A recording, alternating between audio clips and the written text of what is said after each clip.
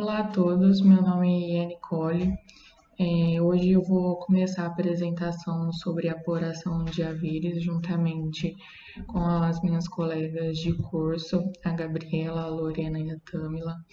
A gente trouxe aqui hoje para esse debate, né, dois conteúdos. Um deles é o artigo, né, que é chamado Apuração de Haveres e as Dificuldades do Perito Contador, que é um artigo publicado no 10º Congresso da UFSCar, de Controladoria e Finanças. Ele foi publicado entre os dias 8 e 9 de maio de 2020. E a gente tem também o vídeo conversando sobre a apuração de haveres, publicado em 1 de julho de 2020, que foi conduzido pelo Dr. Ornelas, que é doutor formado pela FEA USP, e pela Silvia Caetano. Alguns pontos importantes no artigo, um deles é sobre o balanço de determinação. O que seria o balanço de determinação? Ele é um balanço especial, né, produzido por um perito contábil para fins exclusivamente judiciais, partindo do patrimônio da entidade. E esse balanço patrimonial especial, ele não provoca nenhuma alteração na contabilidade da entidade. E para que serve esse balanço de determinação? Em alguns casos, como na omissão do método de apuração de haveres no contrato social, o juiz ele determina que o critério para a apuração de haveres, né, é o valor patrimonial em balanço de determinação. E a referência é a data da resolução, né? E o que é avaliado nesse balanço? É avaliado os bens e direitos do ativo, tangíveis e intangíveis a preço de saída, além também do passivo, que é apurado da mesma forma. E esse balanço de determinação, ele é usado em alguns casos, um deles é em caso de sócio discedente, excluído ou falecido. Outro ponto muito importante trazido pelo artigo é o conjunto de atividades passíveis de dificuldades e complexidades na hora da apuração do haveres. Um dos que a gente mais encontra, né, é a questão de importância que as empresas de pequeno e médio porte não dá a contabilidade e muitas vezes sequer nem possui, então isso dificulta na hora da apuração. Outro caso também, né, de dificuldade e complexidade é por ser um ambiente litigioso, né, o balanço que a empresa fornece, os dados, acaba sendo às vezes de incerteza e desavença também entre os sócios, né? E aí, dependendo, pode ocorrer algum tipo de omissão de dados ou informações relevantes para a avaliação por algum dos sócios querer, né, ter um privilégio para si próprio. E na valorização de uma empresa é utilizado expectativas, né? E às vezes elas são parcialmente subjetivas, porém para avaliação é necessário que essas expectativas, né, elas sejam objetivas. Seguindo aqui no pontos importantes, porém agora falando do vídeo, um aspecto que chamou a atenção foi sobre o que os peritos precisam se atentar na hora da apuração de haveres. E um dos bem pontuados pelo Dr. Ornelas é sobre a jurisprudência. Por quê? No Código Civil, que o STJ divulga os dizeres, né, ele informa que na hora da apuração deve-se apurar como se liquidação total fosse, ou seja, como se fosse uma liquidação simbólica, transformar os ativos em moeda e pagar os credores e o que sobra ser distribuído aos sócios. Porém, também diz sobre calcular o fundo de comércio, ou seja, o fluxo de caixa, que é a continuidade do negócio. E nisso acaba gerando uma dicotomia, né?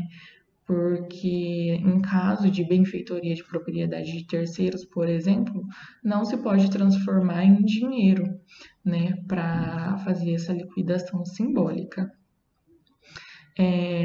Outro ponto importante, né, é se atentar ao que é a dissolução total, né, que é o procedimento que é para quando é extinguida os dois sócios da empresa, né. Já a dissolução parcial, ela surgiu depois também, né, como uma construção do poder judiciário e em caso de, como a gente comentou, de excedente de sócio, falecimento do sócio e assim por diante. E sobre essa questão da apuração de haveres com fluxo de caixa descontado, o tema ele foi revisto pela terceira turma do STJ em 2021 e foi decidido que, exceto quando tiver descrito em contrato social que, que a apuração vai ser feita por fluxo de caixa descontado, essa apuração realmente deve ser feita por balanço especial, como a gente viu, através do balanço de determinação. Outro ponto do vídeo também é sobre a apuração de haveres quando dissolução parcial, porém, quando descrito em contrato social que o método é o fluxo de caixa descontado. É necessário que os peritos, né, estejam sempre atentos a alguns pontos essenciais da empresa e não apenas aos cálculos de entrada, porque o fluxo de caixa descontado, na verdade, ele deve ser verificado sobre investimento, se a empresa vai precisar de investimento, quem vai investir, se a empresa vai crescer, como vai crescer. Então, é importante que esse perito ele conheça o balanço e também a empresa. E agora, por fim, a gente vai ter a continuidade dos outros pontos importantes também identificados no artigo. Olá, meu nome é Gabriela. Eu vou dar continuidade sobre os pontos importantes, tanto sobre o artigo quanto sobre o vídeo que foi disponibilizado para o nosso seminário. Então, eu vou começar agora falando sobre o goodwill, que eu coloquei em evidência aqui, sobre essa citação de Caríssimo, que ele falou assim que a diferença entre o valor econômico de uma sociedade e o valor total dos ativos avaliados no mercado. Então, além dele, tem outras citações, mas para Ornelas, ele tenta especificar um pouco mais através dos cálculos. Esses cálculos, ele diz que o nosso primeiro passo é encontrar o lucro normal, que é o lucro que é sobre o nosso ativo operacional líquido, e sobre ele é aplicada uma taxa de custo do capital próprio. E após isso é encontrado o lucro operacional líquido, que a gente vai fazer algumas deduções, algumas adições, dentre elas são despesas financeiras, receitas financeiras, resultados de ativos não operacionais e, por fim, é o resultado não operacional que é subtraído pela provisão tributária sobre o lucro operacional. Também é possível fazer P menos A mais L. O que é isso? P é o valor pago pela empresa, A é o valor justo do ativo e L é o valor justo do passivo. E aí, dando continuidade, o goodwill ele é bem extenso, mas o Ornelas ele tenta falar mais no âmbito mais de cálculo, para que a gente possa entender que o goodwill é quando uma empresa é colocada à venda e é comum que o valor pago pelo comprador seja maior que o valor de mercado. Então, essa quantia ela a mais trata-se do goodwill, que ela até também especificou no vídeo que pode ser um badwill, que pode vir a prejudicar também diretamente a empresa, né? E dando continuidade, também por Ornelas, ele informou sobre um questionário que foi feito com 13 questões. Nessas 13 questões, foi disponibilizado a peritos de várias etapas e idades e também tempos de trabalho. O que chamou em evidência foi que mais de 50% já tinha mais de 20 anos trabalhados, né? E também foi direcionado somente em São Paulo.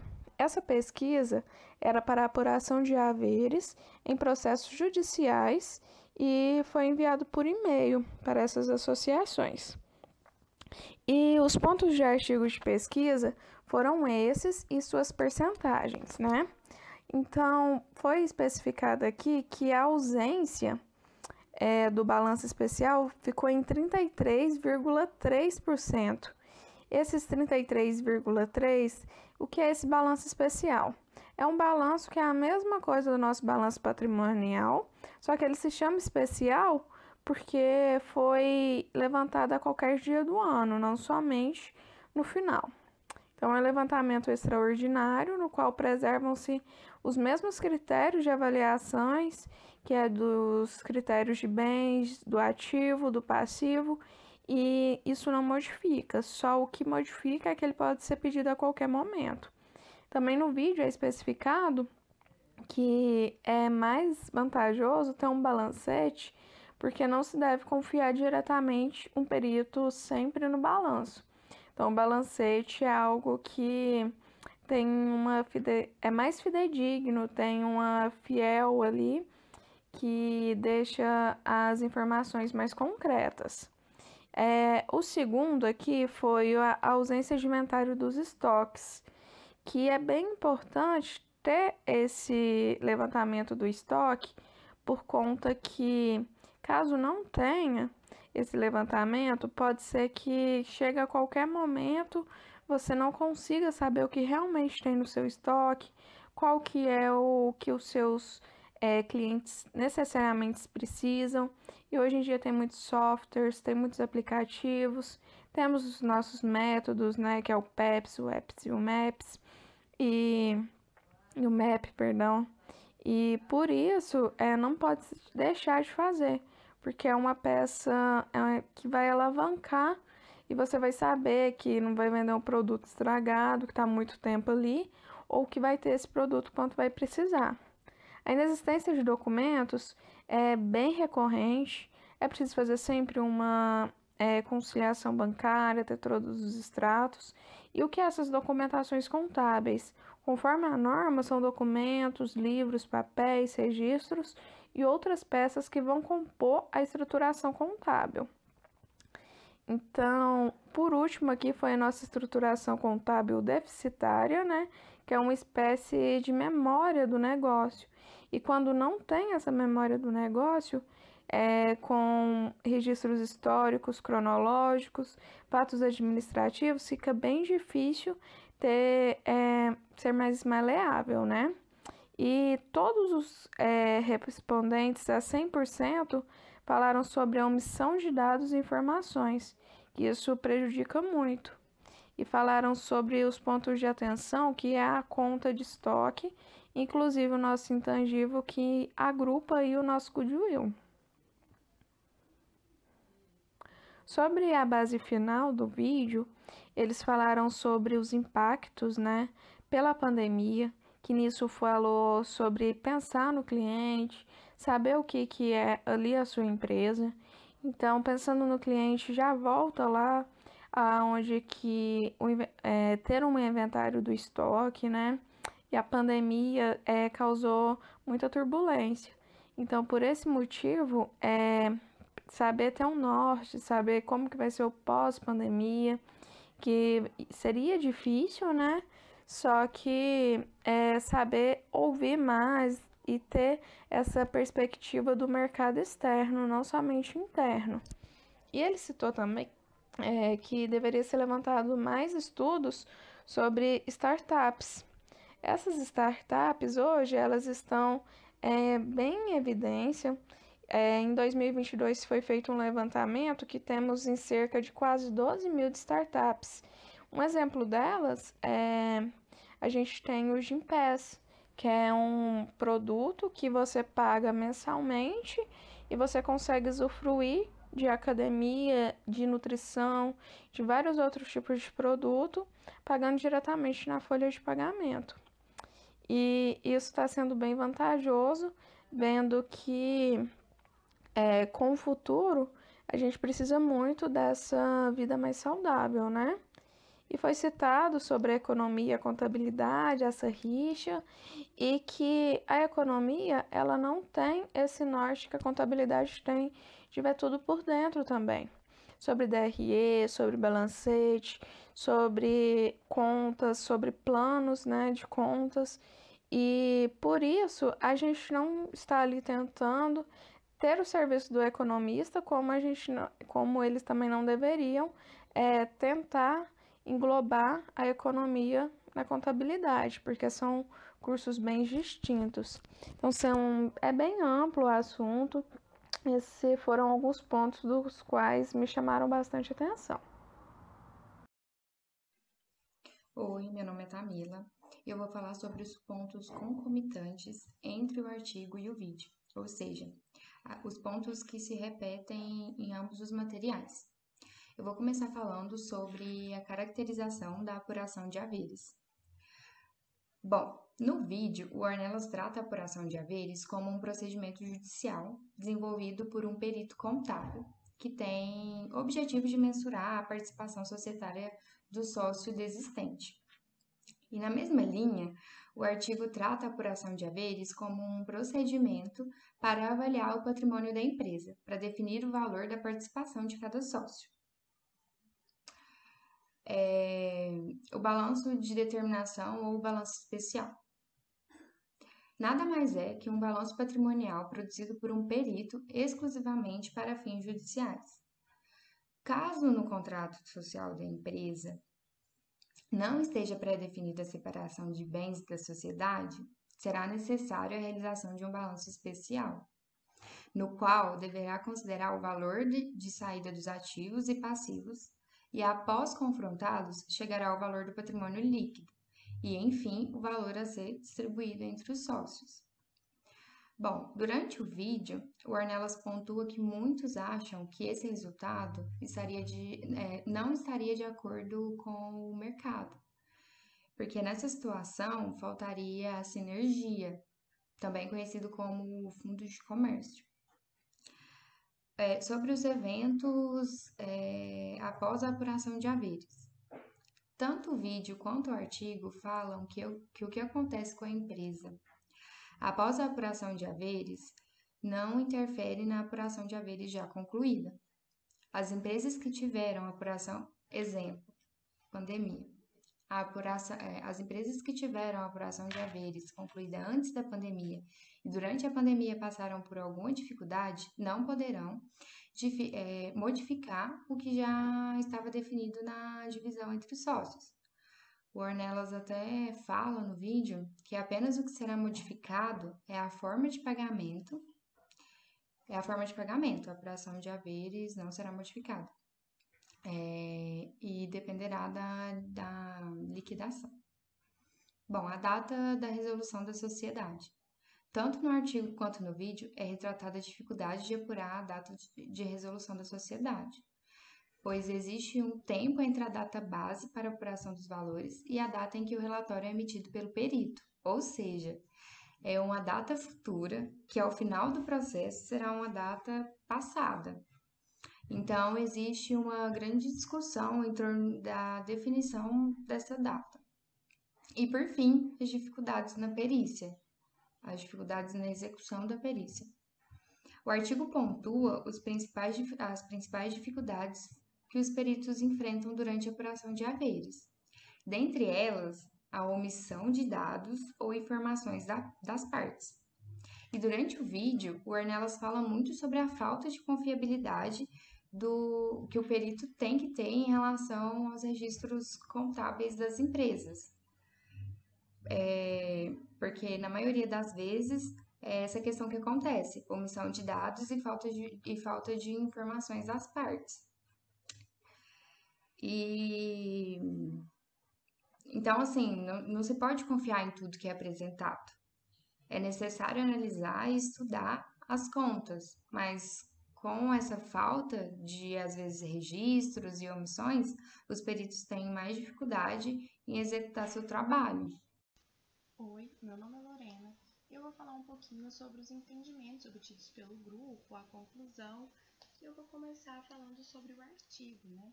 Que nele a gente identifica quais são as principais dificuldades encontradas pelo perito contador na apuração de haveres em processos judiciais para a resolução de sociedade.